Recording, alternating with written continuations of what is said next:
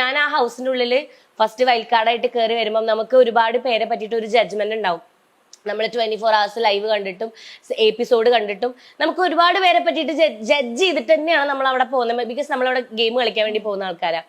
പക്ഷെ അവിടെ first day എനിക്ക് പോയി അവിടുത്തെ ആൾക്കാരായിട്ട് മിങ്കിൾ ചെയ്തപ്പം എനിക്ക് പെട്ടെന്നൊരു ഡാർക്ക് അടിച്ചു. കാരണം നമ്മൾ ജഡ്ജ് ചെയ്ത പോലത്തെ ആൾക്കാരെ അല്ല റിയൽ ആയിട്ട് നമ്മളവരെ മീറ്റ് ചെയ്യുമ്പോൾ അവരുടെ ഒരു ക്യാരക്ടേഴ്സ് വരുന്നേ.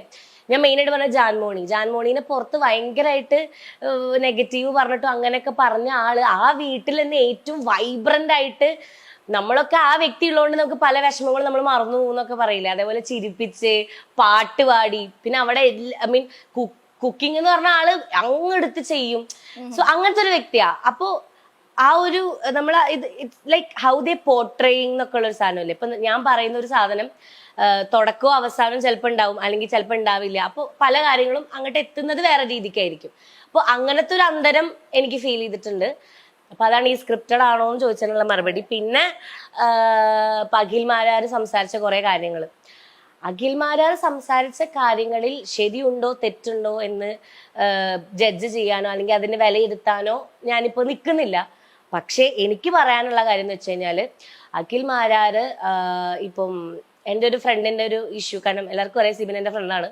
അപ്പൊ ആ ഒരു ഇഷ്യൂല് പേഴ്സണലായിട്ട് നമ്മൾ ഒരാളുടെ അടുത്ത് വിളിച്ചിട്ട്, ഇപ്പം എൻ്റെ അടുത്തും കുറെ പേര് പേഴ്സണലായിട്ട് സംസാരിക്കും. ഇപ്പൊ നിനക്ക് എന്തെങ്കിലും പ്രശ്നം വരെ, അപ്പൊ ഇപ്പൊ നീ എൻ്റെ അനിയത്തിയാണ്, അപ്പൊ നീ എൻ്റെ അടുത്തൊരു പേഴ്സണലായിട്ടൊരു ഇഷ്യൂ വന്നിട്ട് ചേച്ചി ഇങ്ങനെയാണ്, അല്ലെങ്കിൽ എനിവേ നിന്നെ സമാധാനിപ്പിക്കാൻ വേണ്ടി ഞാൻ സംസാരിക്കുന്ന കാര്യങ്ങൾ പെട്ടെന്നൊരു ലൈവില് ഒരു അനുവാദം കൂടാതെ സംസാരിക്കുമ്പോൾ ഇതിന്റെ കോൺസിക്വൻസസും കാര്യങ്ങളും അനുഭവിക്കുന്നത് ഇപ്പുറത്തെ സൈഡാവും.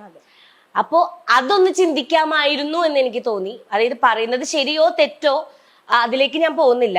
പക്ഷെ ഒരാളെ പറ്റി പരാമർശിക്കുമ്പോൾ അദ്ദേഹത്തിന് അത് കംഫർട്ടബിൾ ആണോ, ഞാൻ സംസാരിച്ചോട്ടെ ഈ വിഷയം, അല്ലെങ്കിൽ അങ്ങനത്തെ ഒരു ടോക്ക് നമ്മൾ പൊതുവെ ചോദിക്കില്ലേ. അപ്പൊ അതുണ്ടായിട്ടില്ല എന്നാണ് എനിക്ക് തോന്നിയത്. അതുമല്ലാതെ ഇപ്പം ഒരുപാട് പേര് ആ ഇഷ്യൂവിന്റെ പേരിൽ ഈ ഒരു വ്യക്തിയുടെ പേര് തന്നെ എടുത്ത് പറയുമ്പോൾ ഈ ഒരു വ്യക്തി അതിനെപ്പറ്റി റിയാക്ഷനും ചെയ്യുന്നില്ല. കാരണം ആൾക്ക് ഇതിങ്ങനെ കേട്ടോണ്ടിരിക്കുമ്പോൾ ഉള്ള ഒരു മെന്റലി എന്താ പറയാ ഡൗൺ ആവും നമ്മള്. ഒബ്വിയസ്ലി സിബിൻ വിളിച്ചായിരുന്നോ ഈ ഇഷ്യൂ അഖിൽമാരന്റെ ഇതൊക്കെ കഴിഞ്ഞതിന് ശേഷം?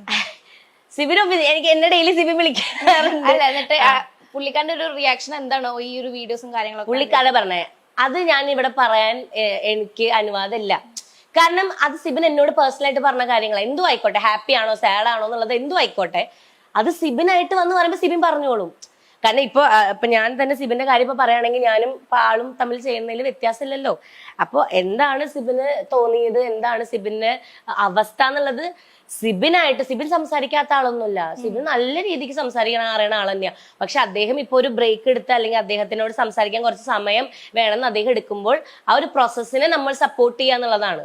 അപ്പൊ ആ ഒരു ഗ്യാപ്പിൽ ഒരുപാട് പേര് വന്നിട്ട് ഇങ്ങനെയായിരുന്നു, അദ്ദേഹത്തിന് ഇങ്ങനെയായിരുന്നു, അങ്ങനെയായിരുന്നു, ഇങ്ങനെയായിരുന്നു പറയണതിൽ എനിക്ക് അദ്ദേഹം ഒരു വീഡിയോ ഇട്ട് കഴിഞ്ഞിട്ട് നിങ്ങൾ റിയാക്ട് ചെയ്യൂ, അല്ലെങ്കിൽ അദ്ദേഹം പറഞ്ഞൊരു സംഭവത്തിൽ എന്താണ് എനിക്ക് ഉണ്ടായത്, സത്യാവസ്ഥ ഇതാണ് എന്ന് പറഞ്ഞു കഴിഞ്ഞിട്ട് നിങ്ങൾ റിയാക്ട് ചെയ്യൂ എന്ന് എനിക്ക് തോന്നിപ്പോയി അത് കണ്ടപ്പോ.